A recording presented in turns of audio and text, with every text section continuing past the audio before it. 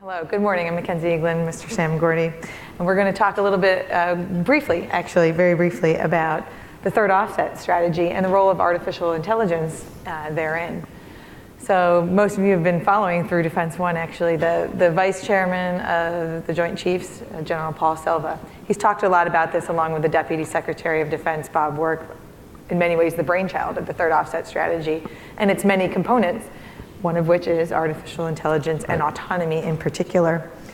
General Silva characterized this as a question to be asked and not necessarily an answer and solution to all of our problems.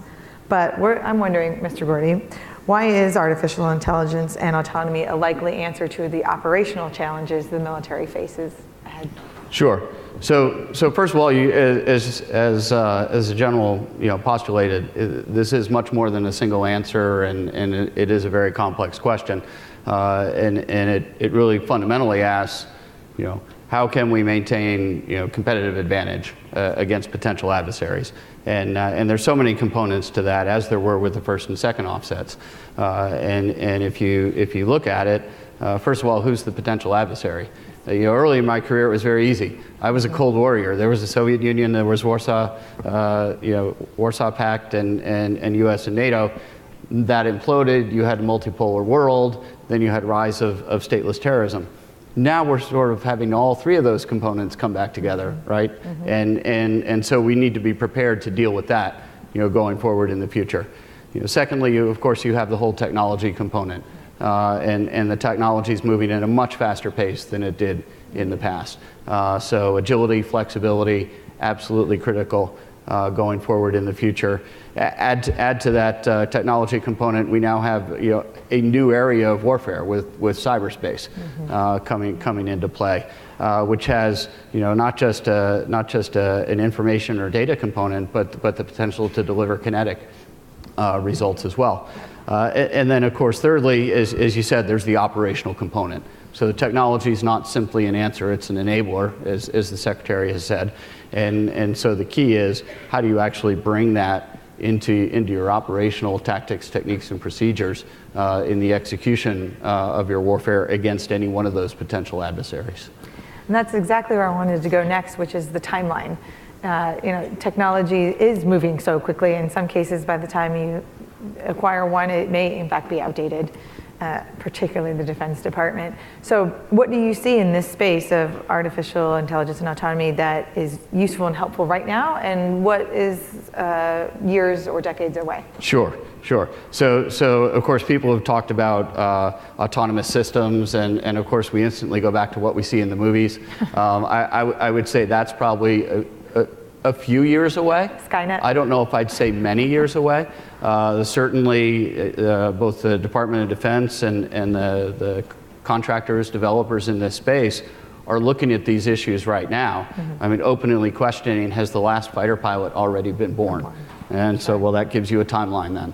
And now those things obviously are in the future. You've got unmanned aerial vehicles today, generally remotely piloted, right, as opposed to completely autonomous. But DARPA is working today on autonomous vehicles, at least from a maritime perspective, and on the ground. So I would say that's not in the too distant future. But from a here now today, certainly from my company's perspective, you have the cognitive capability that comes into play, which we would call augmented intelligence as opposed to artificial intelligence.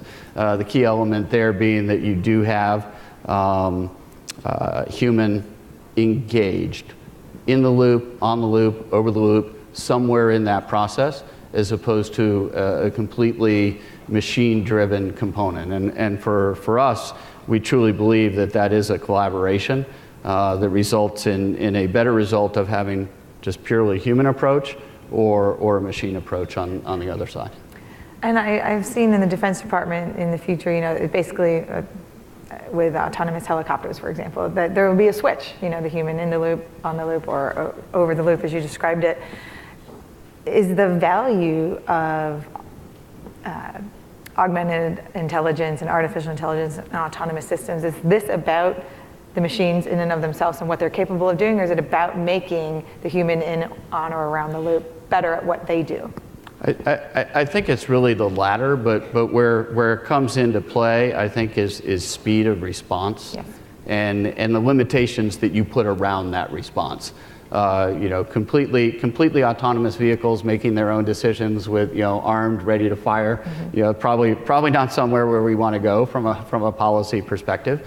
But certainly in some elements, particularly when you get into cyberspace and war in cyberspace, you're talking about responses in nanoseconds.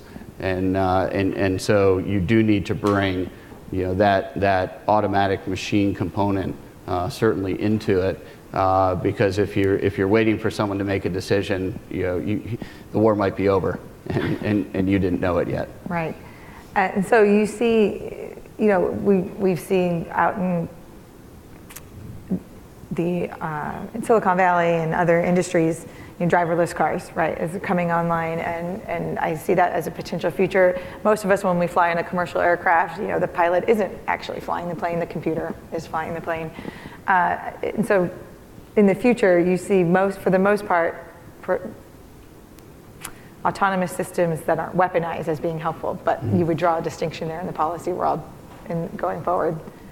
We're just not there yet. We're not ready in the policy space to let that happen. Right, and going back to your earlier question on what's here today. I mean, certainly from our perspective, we see it as really an information dominance question, as we just heard from the previous group, with the deluge of information and data, and how do you sort through all that in real time, near real time, in order to formulate a response. First of all, in order to understand what's happening. And then secondly, in order to formulate a response within the appropriate period of time. And that's where we're really focusing here in the current time frame. That's where IBM's obviously putting its bets with respect to Watson and augmented intelligence and cognitive. And the key there for us is that we're now entering, I guess, what we would really call the third era of computing, with tabulating and programming being the first two, and now you're moving into an actual machine learning component that can sort through unstructured data, of which there are vast amounts, 70–80% of the data that's out there being produced every day is in that unstructured data component. Whether it's Twitter feeds or Facebook, or maintenance records on your vehicles and your systems, if you start looking at things from a fleet readiness perspective. And so the ability to sort through all of that data and make sense of it, and then postulate it up for the human to actually make an informed decision, and based on the potential outcomes. And so now you even have the ability to bring scenario play into sorting through that data and laying that out. If you go back to the old War Games movies on how all those different options play out, you can actually bring that into play and use that to inform your decision then going forward. You've married well the need for intelligence and autonomous systems with big data and analytics. It's something that also just came up in the previous panel, and I think that the Defense Department agrees with that, because if you have all this data, you have to have the help and assistance to go through it quickly, because the goal here, as you said, is speed of decision making, whether that's the pilot in the semi-autonomous helicopter, or if it's an actual decision maker here, let's say in Washington. Increasingly what I see are policymakers trying to dig down deeper and to get confirmation that the data coming in, the raw data, is legitimate and valid and wasn't compromised in some way. So it's at all levels and layers, and I don't know if that's in the realm of possible, but it's something to think about in this policy space. It's certainly an age-old question. I mean, if you go back to human intelligence days, what's the validity of your source, right? Yes. And the validity of that data, and then add in the cyberspace component now, where from an offensive perspective, I could change your data. Yes. And even if you think it's coming from a legitimate source, this is data feeding in off of my Internet of Things on all of my systems. it might not be the right data. So that brings that whole component into it as well then. So ensuring that you have validity of your data, ensuring that it's protected from a cybersecurity perspective is absolutely critical. But then if you sort of even step back from that, as you said, so data that's coming in that's not mine, and how do I understand whether that's truly accurate or not? Once again, that's why we come at it from an augmented intelligence perspective as opposed to an artificial intelligence. Because I think if we've seen, as people are experimenting with artificial intelligence and augmented intelligence and putting things out on the internet, we've seen it go off in very wildly divergent paths, right? And so there is the ability to very easily spoof those sorts of systems. So again, that's the critical need to bring that human into the loop. And again, that's why we call it augmented. Here are the likely outcomes. This is what the system is seeing. This is what it thinks. But that's all then posed up for the human to come in and look at and lay that judgment on top of it.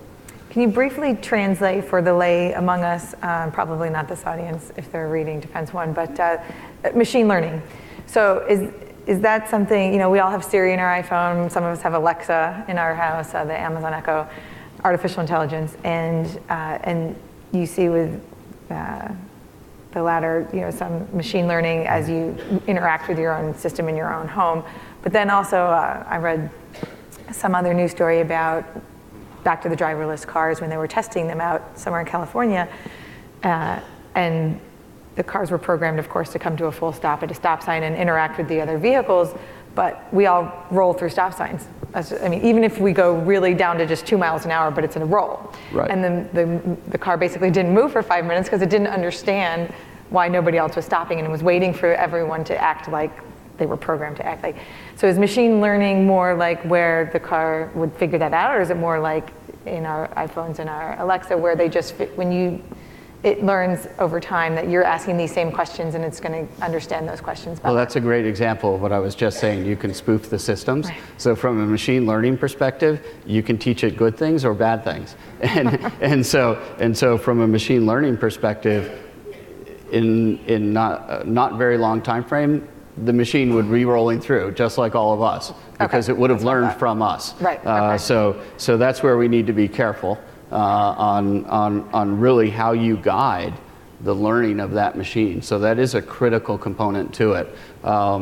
As David Kenny, who heads up Watson for IBM, likes to say, when you take Watson out of the box, it's an intern. You can ask it intern questions and you will get intern responses. The key is how do you grow and educate that over time? And so again, just like with our children, you need to be very careful how you guide them and therefore what they learn over time. But it's not hard. The key is it's not hard programming like we had in the past, like we have with analytics, which links very closely to cognitive. From an analytic perspective, I'll write a Boolean query. I will get an answer back to that query to the exact question that I asked. But from a cognitive perspective, the machine is learning. The machine is in essence teaching itself. It's understanding nuance and it's translating that. Now, it doesn't always get it perfect. And so it gives you sort of, rank order, this is what it's thinking, but these other things could also be true. And again, that's where the human judgment needs to come into play. Quickly, last question, and I know we're anticipating Secretary Fanning up next, but just really quickly, it sounds as if as everything gets more capable in this space, in augmented intelligence and autonomy, that the algorithms have to keep up. They have to be better and better and faster and compute more and more and more and more. And is there a limit? I know the Air Force is struggling with this very question with industry, presumably. I don't think they're doing this in-house. Well, that's again where I think the artificial intelligence, the machine learning piece comes into play, because you're not programming that. You'll start with that foundation, but then the machine develops its own answers, and so it can do that at speed. Again, you need that human in the loop to make sure that it's heading in the right direction. Indeed, and really quickly, we just want to say thank you for letting us sit up here and speak with you about this, about Watson, about IBM's work in this field. You're doing tremendous things, and it's a great contributor to the Defense Department as they think about third offset. So please join me in thanking Mr. Gordy. Thank you, and thank you. Thank you.